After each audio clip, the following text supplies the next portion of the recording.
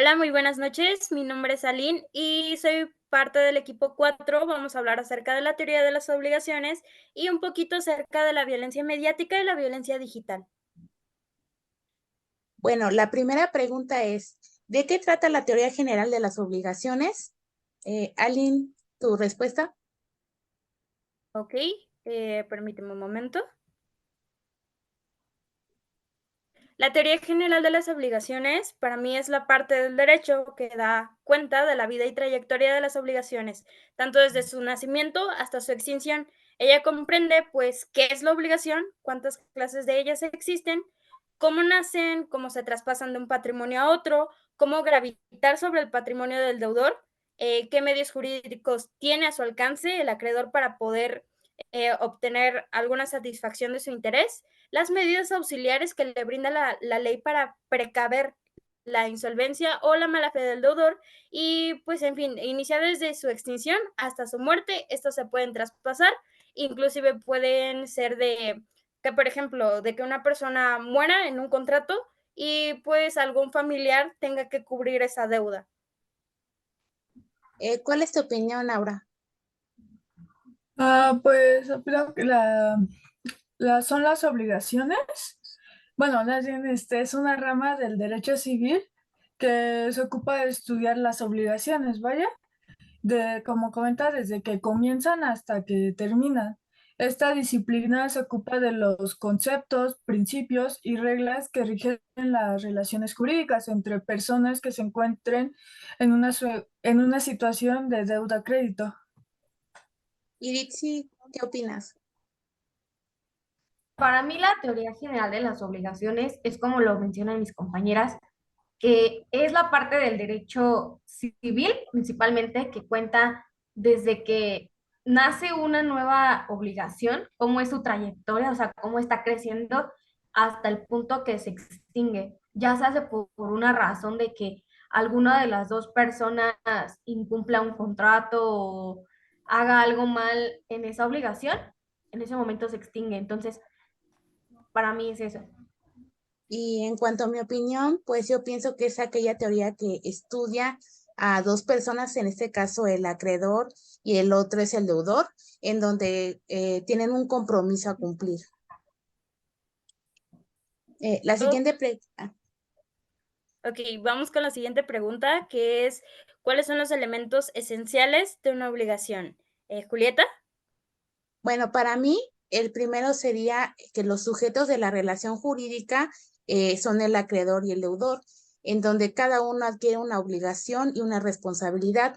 El siguiente sería que el objeto de la conducta es que el deudor va a quedar comprometido a realizar una acción, mientras que tendrá que dar algo a cambio.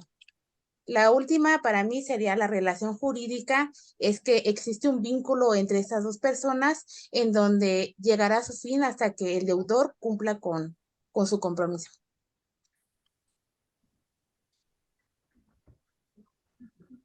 Ok, ¿ahora? Para mí son los tres iguales, bueno, los mismos tres, que es el sujeto, los sujetos, perdón, que es el acreedor y el audidor, o sea, los involucrados en la acción, vaya, en la obligación.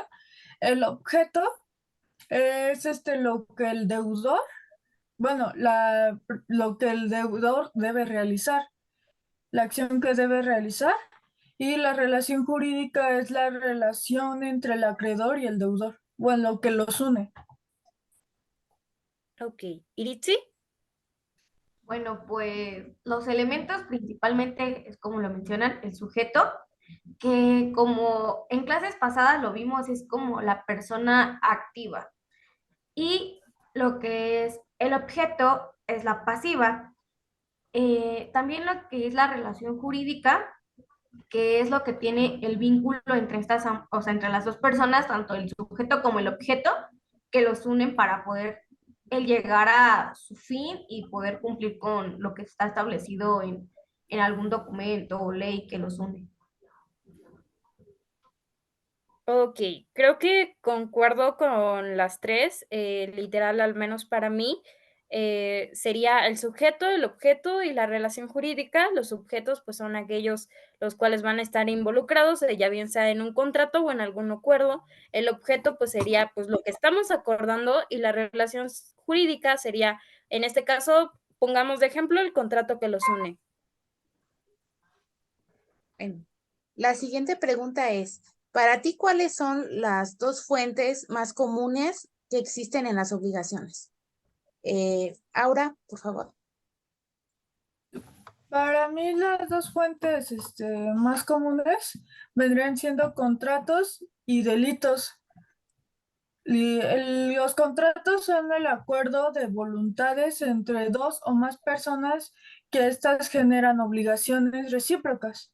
Y los delitos son los hechos ilícitos que generan obligaciones de que tienen que reparar el daño que hayan causado cuando cometieron los delitos, los actos ilícitos. Iritzi, por favor. Para mí los más comunes son los contratos. Sabemos que hay diferentes tipos de contratos que podamos nosotros usar en algún momento. Entonces, ese es el documento que nos involucra que tengamos una responsabilidad y el que podamos cumplir con ella. O sea, porque sabemos que si lo incumples, pues tienes una consecuencia. Y la otra es la declaración unilateral de la voluntad. Cuando tú estás haciendo algo por voluntad, que pues no es como tal un contrato, pero pues ahora sí que viene desde tu palabra. Aline. Ok, creo que para mí sería los contratos. Estos, pues, son acuerdos de 2 voluntades, 2 personas tienen que estar de acuerdo con ellos, para poder establecerse. Y por último, creo que sería la ley, porque, pues, la ley en sí es un conjunto de normas, las cuales nos establecen obligaciones que nosotros tenemos que cumplir como ciudadanos. Igual estoy de acuerdo con ustedes tres. Sería el contrato, que es la relación entre dos personas para cumplir un objetivo. El delito, que es cuando obtienes obligaciones a partir de un hecho ilícito. Y como decías, la ley, que es aquella que se va a hacer regir para solucionar los problemas que existen. Yo creo que algo muy importante y yo creo que es lo más así fundamental son las leyes, ¿no? Sí. Porque sabemos que si tenemos un contrato nos vamos a estar basando en una ley y cada cosa que se está haciendo o así está encaminada a una normativa. Entonces yo creo que sí es lo más importante es eso, como lo mencionan ustedes, Aline y mi otra compañera, que son las leyes. Ok, creo que estoy realmente de acuerdo. ¿Por qué? Porque literal sin leyes, ¿cómo podemos establecer algún acuerdo o algún contrato y saber que lo estamos, no sé, infringiendo o si lo estamos cumpliendo de verdad? Sí. Y no solamente el saber si lo estás incumpliendo, ¿no? El determinar que tú sabes qué consecuencias tienes, porque hay leyes que te dicen, bueno, o sea, sabes que si incumples una ley, ¿qué consecuencia tienes? Entonces, creo que eso también es lo importante, a pesar de los contratos o de alguna otra manera que, una fuente que tengamos de obligación, creo que es eso, el saberlo, porque como dicen, o sea, el que tú no conozcas la ley no va a hacer que tú no tengas una consecuencia, ¿me explico? Sí, exactamente.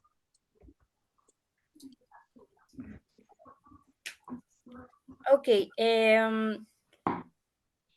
la siguiente pregunta sería, ¿cuáles son las modalidades más importantes de las obligaciones? ¿Iritzi? Sí. Para mí las modalidades más importantes es la condición, que viene y determina lo que es el plazo o un término que pues va a tener cierto periodo para una obligación. Lo que, ajá, principalmente para mí son esas, la condición y un plazo de término. Ok. ¿Ahora?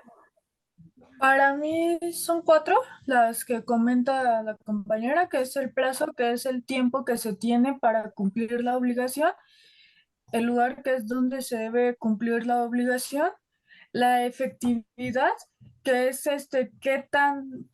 cuáles son las posibilidades de que se pueda exigir que se cumplan esta obligación, cuáles son las posibilidades. Y las personales, que son garantías que deben otorgarse para asegurar el cumplimiento de la obligación. Ok. Julieta. Bueno, para mí sería la condición porque aquí se definen aquellos requisitos para cumplir el propósito y además el término, porque aquí se especifica cuánto tiempo va a durar el contrato y cuándo se debe de realizar el cumplimiento de este. Ok. Creo que de igual forma para mí serían tanto las condiciones, porque es lo que nosotros estamos estableciendo con la otra persona, de pues puedes hacer esto, no se puede hacer esto, podemos llegar al acuerdo de esto, y también sería el plazo, el cual nos va a determinar el tiempo en el que nosotros tenemos que realizar, o por ejemplo, si es algún tipo de pago o algo así por el estilo, pues nos da un plazo de, pues en tantos días me tienes que pagar o tienes que saldar la deuda. Sí, exactamente.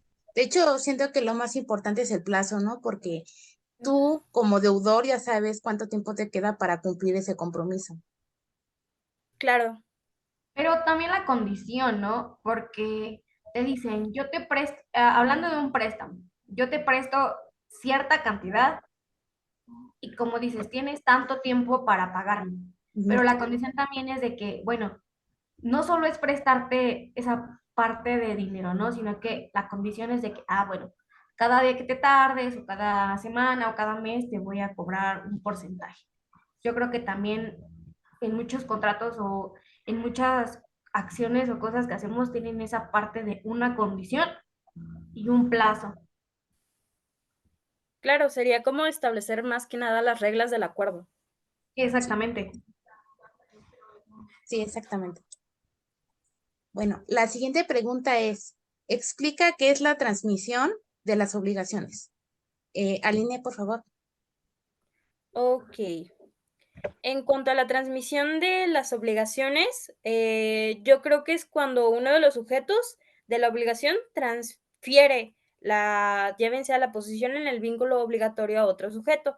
¿De qué estamos hablando? Pues literal sería de, por ejemplo, em, yo deudor, en dado caso de yo que ya no esté, que fallezca o algo así por el estilo, tengo como que alguien que va a cubrir esa deuda, ¿no? En algunos contratos, pues, así se establece. Y, pues, sería algún familiar directo, ya bien sea papá, mamá o hijos. No solamente se puede dar, ahora sí, de que se muera la persona y, pues, ahora sí de que el titular, quien quede vivo, sea el que cumpla la deuda, sino también se puede hacer de, por ejemplo, de algún traspaso de alguna casa, por ejemplo, un crédito Infonavit, pues, yo te estoy traspasando esta deuda y tú tienes el acuerdo de terminar de pagarlo. Exactamente. Aura, Bueno, pues yo creo es básicamente eso, pero bueno, yo tengo como las formas más comunes de transmitir estas obligaciones, ya sea que el acreedor de un crédito transfiera su crédito a otra persona o el acreedor de una deuda transfiera esta deuda a un tercero, que esta tercera persona pues se compromete a saldar esta deuda. Iritzi. Como lo comentan, o sea, creo que el simple hecho de decir una transmisión, o sea, transmitir, el pasar de una persona a otra una obligación, ya nos lo dice, ¿no? Es un fenómeno jurídico, obviamente, pero también aquí, como dicen, vienen involucrados terceras personas, como por ejemplo cuando te piden un aval para, no sé, una casa, un carro, que si tú como persona, o sea, tú como sujeto activo que estás pidiendo algo, no llegas a cumplir con lo que pactaste, o sea, con lo que está escrito, se le pasa, si tú transmites esa obligación a otra persona, que es una tercera, ¿no? Entonces ahí es cuando, como tú no estás cumpliendo, o tú ya no puedes por, como decía Lynn, por alguna situación que llegas a enfermar, ya no estás, pues se le pasa la deuda a las familias o a los avales. Exactamente, pues un ejemplo sería como la cesión de derechos, ¿no? O sea, tú le cedes a alguien, no sé, la propiedad de una casa, y entonces esa persona se va a hacer cargo de todas las obligaciones que conlleva la misma. Ujú. Sí, justo, o sea, ya no puedes como el hacerte a un lado porque pues ya te están haciendo una cesión, ¿no? De un derecho, una obligación y ya también tú tienes que cumplir porque si ya no cumples, lo estás tú como parando o teniendo una delimitación que pues no es correcta ante pues una ley. Es cierto, sí. Ok, pues vamos con la siguiente pregunta, que es, ¿qué efectos tienen las obligaciones en los individuos? ¿Aura? Tenemos bueno, yo tengo tres obligaciones, que es la obligación de dar, que el deudor es el que entrega al acreedor el bien. O sea, el deudor es el como el que se compromete a su parte, ¿no? De dar el bien determinado. La obligación de hacer que el deudor debe realizar una actividad determinada, que viene un poco parecido a lo otro, que podría ser la actividad, pues, entregar cierto bien. Y la obligación de no hacer, que el deudor debe realizar. Ay, creo que me equivoqué en esta parte al copiar. Perdón. No te preocupes, continúa. Espera. Perdón. Ah, perdón, la obligación de no hacer, que el deudor debe abstenerse de realizar esa actividad, la actividad determinada, que viene siendo lo contrario de la obligación de hacer. Ok. Julieta. Pues el efecto sería como cumplir con esa obligación. O sea, hasta que el deudor sale el compromiso que tiene con el acreedor, es el efecto que se logra. Por ejemplo, no sé si existe una deuda entre Juanito y Pedrito, hasta que Juanito llegue a saldar toda la deuda, es cuando se acaba el compromiso que existe entre ambos, por poner un ejemplo. Claro. Ok, y por último, Iritzi. Yo tengo un efecto que creo que lo hemos como mencionado a lo largo de esta plática que hemos tenido, que es en el caso de incumplimiento. Se tiene un efecto pues que son una sanción que se establecen por una autoridad, las autoridades que estén involucradas, o sea, de todo tipo, ¿no? Entonces siempre tenemos una sanción. Ese es para mí el efecto que tenemos las obligaciones. Ok, claro. Siento que literal, o sea, en cuanto a los efectos, sería tanto si se cumple o no se cumple el trato. Como tal, el no se cumple, las consecuencias que tiene y el que sí se cumpla, pues obviamente los beneficios que tiene. Sí, ¿verdad? Exactamente. Porque siempre hay algo bueno y algo malo que puedas llegar a tener en la Claro, ley. Y aquí entra nuevamente el tema de las leyes, que es las que van a regir que esto se lleve con legalidad y normalidad hasta que se cumpla. exactamente. Bueno, la siguiente pregunta es, ¿cuáles son las formas de extinción de las obligaciones? Iritzi. Bueno, pues la forma en la que se puede extinguir una obligación es cuando se llega a tener un incumplimiento, ya se hace una cosa que hicieron mal o que también tuvieron un acuerdo, como bueno, se menciona en el artículo 156 del Código Civil, dice, las obligaciones se extinguen por el pago de incumplimiento, por la pérdida de la cosa debida, por la condonación de la deuda, por la confusión de los derechos de acreedor y deudor, y por la compensación y por la novación. Aura. Bueno, pues yo tengo que puede ser por prescripción extintiva, que esto quiere decir que pues no se cumplió con la parte del plazo, como anteriormente habíamos mencionado, vaya que ya está como uno fuera del tiempo. También puede ser porque lo que en el dado caso que se haya como prestado un objeto, que haya un objeto involucrado, pues porque este se pierda o se ha destruido o por la renuncia, que el acreedor pues renuncia a su derecho de crédito, que ya no quiera pues que se lo que hayan acordado, vaya. Aline. Ok, siento que estoy completamente de acuerdo tanto con Aura como con Iritzi. Literal, es por el incumplimiento o en dado caso, pienso yo tal vez igual, ¿qué podría hacer por el cumplimiento? Porque en dado caso que yo ya haya terminado con la obligación, pues ya no tengo ninguna obligación, por así decirlo, con la persona, con Así. el trato acordado, porque ya lo cumplí. O sea, te refieres al fin, ¿no? O sea, al fin del asunto Exactamente, al que llegaste exactamente, a... sería el fin. A terminar como, por ejemplo, el pago. Cuando tú, como regresando al tema de los préstamos y todo eso, tú terminas con esa deuda cuando haces una transferencia monetaria. Ya ahí cumples con la cantidad que se debe y ya saldas el contrato. Ujú. Claro, Otra que también se me ocurre que puede ser es que, por ejemplo, esto pasa luego como cuando ya debes como mucha cantidad a un banco o algo así, que te dicen, ok, ya no me pagues todo, ya solo págame esta parte, que podría ser que esta obligación, pues la obligación se suspenda y se cree una nueva obligación. Sí, exactamente.